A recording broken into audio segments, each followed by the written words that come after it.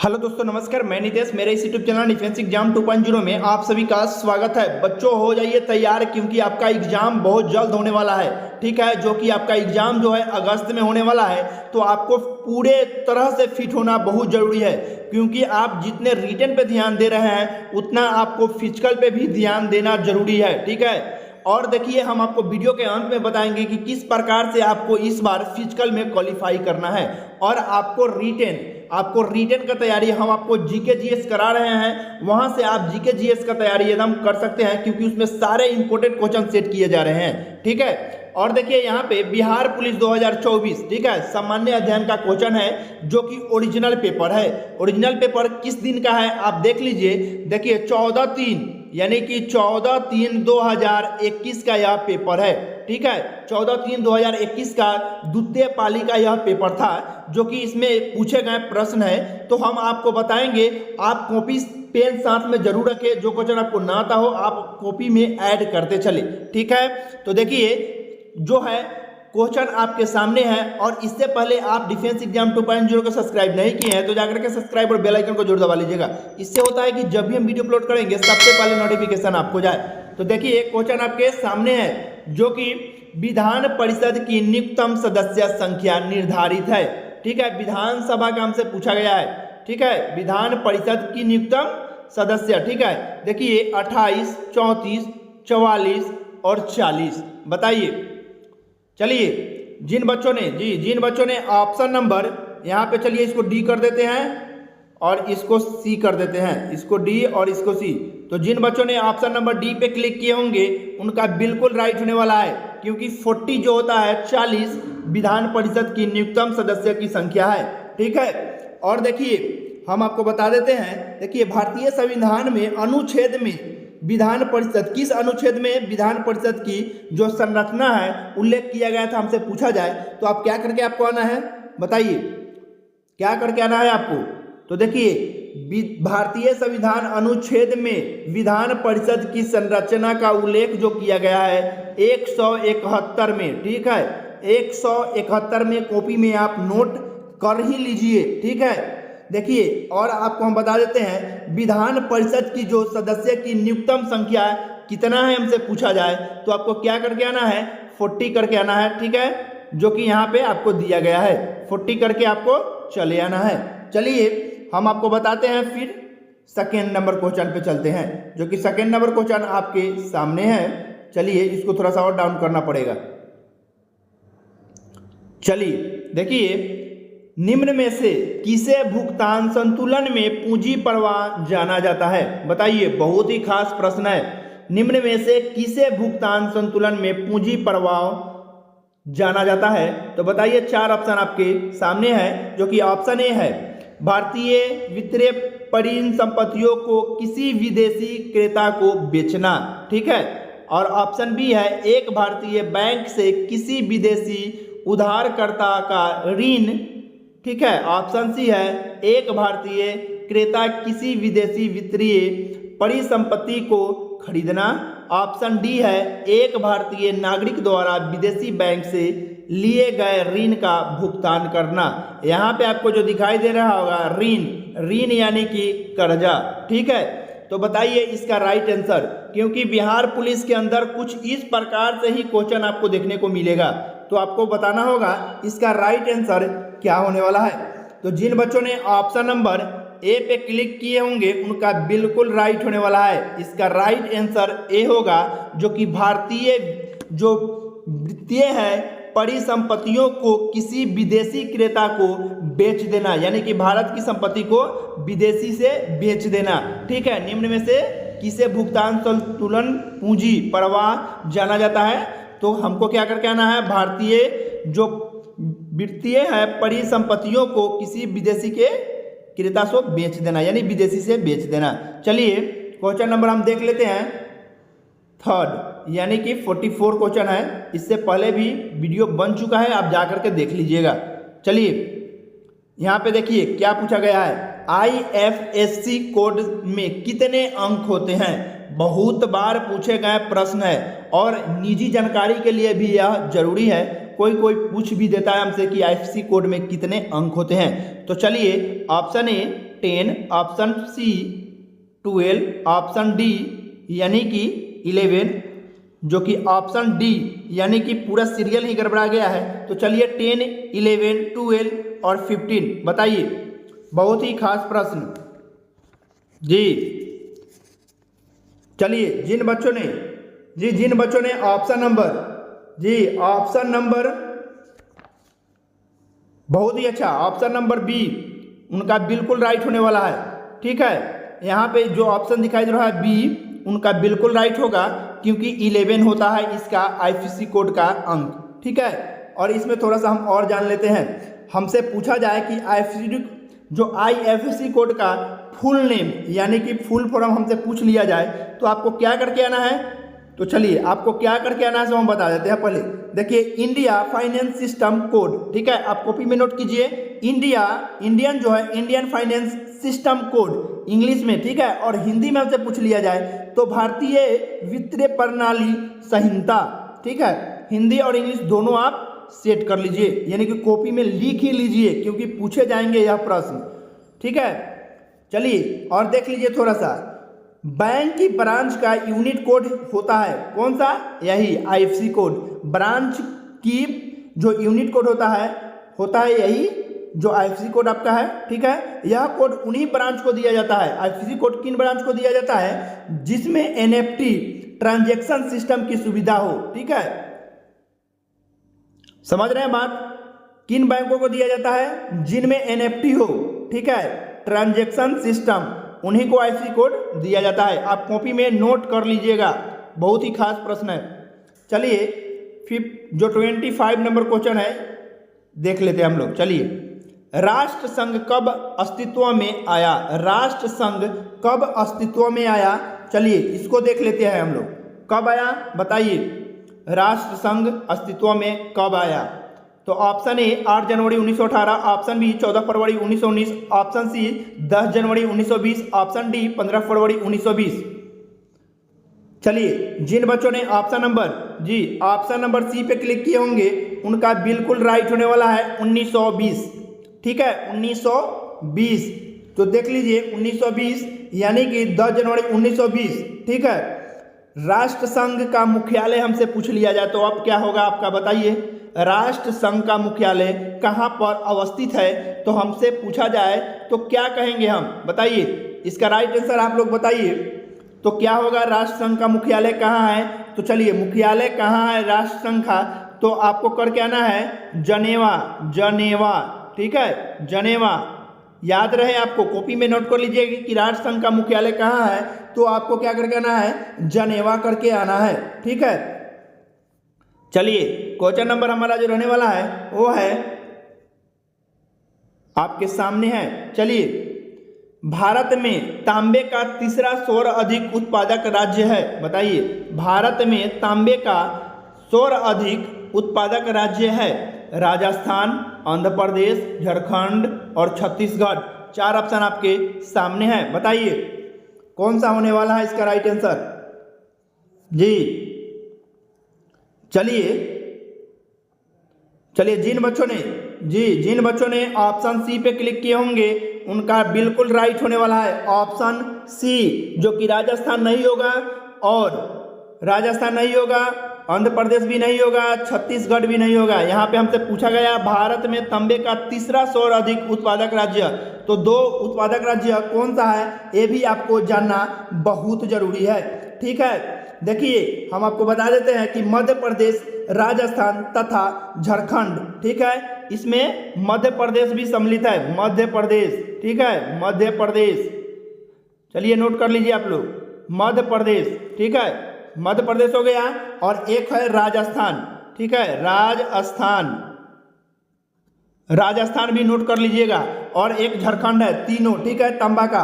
तो देखिए अब हमसे पूछा जाए कि सबसे ज्यादा है तांबे का उत्पादक कौन करता है सर्वाधिक में? ठीक है, तो आपको क्या करके आना होगा?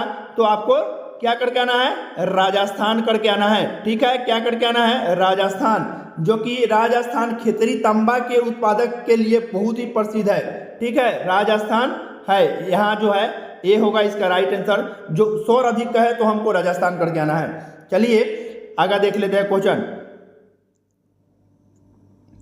मेरा क्वेश्चन आपके सामने है, जो कि देखिए यहाँ पे 2011 में भारत की जो निम्नलिखित पूर्वोत्तर राज्यों में से किसमें महिला, ठीक है, महिला सुरक्षा दर जो है तुलनात्मक न्यूनतम है, तुलनात्मक न्यूनतम है, सुरक्षा दर किसका है, महिला का। तो बताइए जो है पूर्वोत्तर राज्यों में, ठीक है, तो कहाँ कहाँ है हम आपको बताते हैं, पूरे बताएंगे, आप कॉपी में नोट करते चलिएगा, ठीक है। देखिए मिजोरम में जो मिजोरम में है 89.40%, ठीक है, मिजोरम में, कहाँ, मिजोरम, ठीक है, मिजोरम में। और देखिए जो त्रिपुरा है वो त्रिपुरा में देख लीजिए, त्रिपुरा में, ठीक है, त्रिपुरा में कितना है, तो आपको त्रिपुरा में 83% है, ठीक है, 83%, यानी 83.15% है, आप नोट कर लीजिए, हम आपको बताते हैं, ठीक है। नागालैंड में 76.89% है, मणिपुर में 73.17% है, और मेघालय में 73.78% है, और असम में 67.27% है, और अरुणाचल प्रदेश में 59.57% है, ठीक है, कॉपी में नोट कर लीजिए। चलिए क्वेश्चन नंबर हमारा जो रहने वाला है वो है 29 नंबर क्वेश्चन। 29 नंबर क्वेश्चन आपके सामने है। देखिए विश्व नगरी मेगालोपोलिस, ठीक है, मेगालोपोलिस शब्द का प्रयोग पहली बार किसने किया था, बताइए। 4 ऑप्शन आपके सामने हैं, ठीक है जी। कार्ल लिटर, ठीक है, कार्ल रिटर, और जिन गोटमेन, और ऑप्शन सी जो है पैट्रिक गिडिज, और ऑप्शन डी है ग्रिफिथ टेलर, ठीक है, ग्रिफिथ टेलर, बताइए। चलिए जिन बच्चों ने ऑप्शन नंबर बी पे क्लिक किए होंगे उनका बिल्कुल राइट होने वाला है, ऑप्शन बी, ठीक है, ऑप्शन बी। बहुत ही, अगर इनका राइट आंसर दे दिए होंगे उनका बहुत ही अच्छा तैयारी है, ठीक है जी। चलिए क्वेश्चन नंबर हमारा जो रहने वाला है वह है 30 नंबर क्वेश्चन। 30 नंबर क्वेश्चन है, भारत की गुटनिरपेक्षता की विदेश नीति के जन्मदाता कौन थे, बताइए। भारत की गुटनिरपेक्षता की विदेश नीति के जन्मदाता कौन थे, पंडित जवाहरलाल नेहरू, इंदिरा गांधी, अटल बिहारी वाजपेयी, महात्मा गांधी, बताइए। बहुत ही खास प्रश्न है। तो चलिए जिन बच्चों ने ऑप्शन नंबर ए पे क्लिक किए होंगे पंडित जवाहरलाल नेहरू, उनका बिल्कुल राइट होने वाला है और बहुत ही अच्छा तैयारी है उनका। क्वेश्चन नंबर हमारा जो रहने वाला है वो है 31 नंबर क्वेश्चन, ठीक है। अतिरिक्त मूल्य का सिद्धांत किसने प्रतिपादित किया, बताइए। अतिरिक्त मूल्य का सिद्धांत किसने प्रतिपादित किया, बताइए। Option A Adam Smith, option B John क्लथन्स, option C J.S. Mill, option D Karl Marx, बताइए। तो चलिए जिन बच्चों ने ऑप्शन नंबर डी पे क्लिक किए होंगे कार्ल मार्क्स, उनका बिल्कुल राइट होने वाला है, Karl Marx, option D. Question number हमारा जो रहने वाला है वह है 32, ठीक है। राज्य पुनर्गठन आयोग 1956 की सिफारिशों के बाद बिहार विधानसभा के निर्वाचित सदस्यों की संख्या थी, बताइए कितना संख्या थी। 1950 में भारतीय संविधान लागू हो जाने के पश्चात जो चुनाव हुआ था वह कब हुआ था, और राज्य गठन जो है 1956 सिफारिशों के बाद बिहार विधानसभा का निर्वाचन सदस्यों की संख्या हमसे पूछा गया है 1956 के बाद, जो कि हमारा फर्स्ट चुनाव कब हुआ था, हमसे पूछा जाए कि कब चुनाव हुआ था, तो आपको क्या करके आना है, तो देखिए आपको करके आना है 1952, ठीक है, 1952 आपको करके आना है। जो हमारा फर्स्ट चुनाव हुआ था 1952 में हुआ था, ठीक है। कितने सीटों पर हुआ था, तो 330 सीट पे, ठीक है, 330 सीट पे हुआ था 1952 में, ठीक है। और देख लीजिए जो कि 1930 से घटा करके 1918 हो गया, ठीक है, 1918 हो गया सदस्य की संख्या, और एक जो होते हैं मनोनीत संख्या थे, यानी कि इसमें से 18 यानी कि 318 था, और एक जो है मनोनीत संख्या था, तो हमारा जो है 319 हो गया, 319, ठीक है, जो कि इसका राइट आंसर होने वाला है option number option number B, ठीक है, ऑप्शन बी 319। क्वेश्चन नंबर हमारा जो रहने वाला है वह है 33, ठीक है। जनगणना 2011 के अनुसार राष्ट्रीय औसत से अधिक जनसंख्या घनत्व वाले राज्यों एवं केंद्र शासित प्रदेशों की संख्या, ठीक है। हमसे पूछा गया है कि सबसे ज़्यादा घनत्व वाला राज्य और केंद्र शासित प्रदेशों की संख्या हमसे पूछा गया है। हमारा केंद्र शासित प्रदेश कितना है हमसे पूछा गया है, तो बताइए। तो चलिए, जिन बच्चों ने ऑप्शन नंबर ऑप्शन नंबर यानी कि इसमें सी यानी कि 16, ठीक है, जिन्होंने 16 करके आए होंगे उनका बिल्कुल राइट होने वाला है, ठीक है। और घनत्व, सबसे ज़्यादा घनत्व किसका था, ठीक है, जनगणना के 2011 के अनुसार सबसे ज़्यादा घनत्व किसका है, तो आपको क्या करके आना है, बिहार करके आना है, ठीक है। बिहार, ठीक है। बिहार कितना था, 1102, ठीक है। स्वर अधिक है, ठीक है। जबकि सबसे कम किसका घनत्व है, बताइए। जबकि सबसे कम घनत्व किसका है, तो आपको करके आना है, हमसे पूछा जाए कि सबसे कम किसका घनत्व है, तो आपको करके आना है अरुणाचल प्रदेश, ठीक है। अरुणाचल प्रदेश आपको करके आना है। कम पूछा था अरुणाचल प्रदेश, ज़्यादा पूछे तो बिहार करके आना है आपको, ठीक है। क्वेश्चन नंबर हमारा जो रहने वाला है 34, विचरण गुणांक की अवधारणा का प्रयोग सर्वप्रथम किसने किया था, बताइए। विचरण गुणांक की अवधारणा का प्रयोग सर्वप्रथम किसने किया था। चलिए, 4 ऑप्शन आपके सामने हैं, स्पाइमैन, गोसेट, कार्ल पियर्सन और फिशर, बताइए। तो जिन बच्चों ने ऑप्शन नंबर बी पे क्लिक किए होंगे उनका बिल्कुल राइट होने वाला है बी। यहाँ पे बी जो दिखाई दे रहा है आपको, यहाँ पे क्लिक किए होंगे उनका बिल्कुल राइट है कार्ल जो है पियर्सन, ठीक है, कार्ल पियर्सन। क्वेश्चन नंबर हमारा जो रहने वाला है वो है 35 नंबर क्वेश्चन। चलिए, 35 नंबर क्वेश्चन आपके सामने है, जो कि बिहार में जो क्रियान्वित की जा रही है अत्यंत्य अन्य योजना का उद्देश्य क्या है, बताइए। 4 ऑप्शन आपके सामने हैं, तो चलिए बताइए। तो जिन बच्चों ने ऑप्शन नंबर सी पे क्लिक किए होंगे उनका बिल्कुल राइट होने वाला है जी। चयनित परिवारों को सदस्य गेहूं और चावल जो है आवंटित करना, ठीक है। और कितना गेहूं चावल करना तो आपको हम बता देते हैं कि क्या है, सो पूरे हम आपको विस्तार रूप से बता देते हैं, ठीक है। चलिए, 20 केजी गेहूं, ठीक है, तथा 15 केजी चावल इसमें सम्मिलित है, जो कि कुल 35 केजी होता है, ठीक है। और यह कब चालू किया गया, तो इसका योजन का जो प्रारंभ हुआ था हम आपको बता देते हैं। इसका योजन जो हुआ था 25 दिसंबर, ठीक है, 25 दिसंबर 2000 में, ठीक है, 2000, ठीक है, 2000, ठीक है, 25 दिसंबर 2000 में इसका जो है प्रारंभ शुरू किया गया था, जो कि लाभार्थियों की राशन कार्ड भी प्रदान किया जाएगा, ठीक है। चलिए, क्वेश्चन नंबर हमारा जो रहने वाला है वह है 36। निम्नलिखित में से कौन सा एक युग्म सुम्मिलित नहीं है, इसमें कौन सा जो है युग्म सुम्मिलित नहीं हमसे पूछा गया है, तो बताइए, ठीक है। देखिए, यहाँ पे आपको दिखाया दीपा छत्तीसगढ़ सही है, ठीक है। पामलू मणिपुर एकदम सही है। झूम असम एकदम सही है। बेबर, ठीक है, बेबर क्या होता है, तो गलत है। बेबर जो है मध्य प्रदेश का है, ठीक है, मध्य प्रदेश का है। कॉपी में नोट कर लीजिए आप लोग, ठीक है। चलिए, क्वेश्चन नंबर हमारा जो रहने वाला है अब है 37 नंबर क्वेश्चन है। आयुर्वेद में महान विद्वान चरक किस शासक के काल में संबंधित था, बताइए। किसके शासन काल में वह संबंधित थे हमसे पूछा गया है, तो बताइए जो है किसके शासन काल में थे।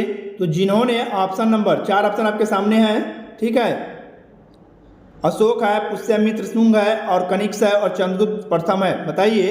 तो जिन बच्चों ने ऑप्शन नंबर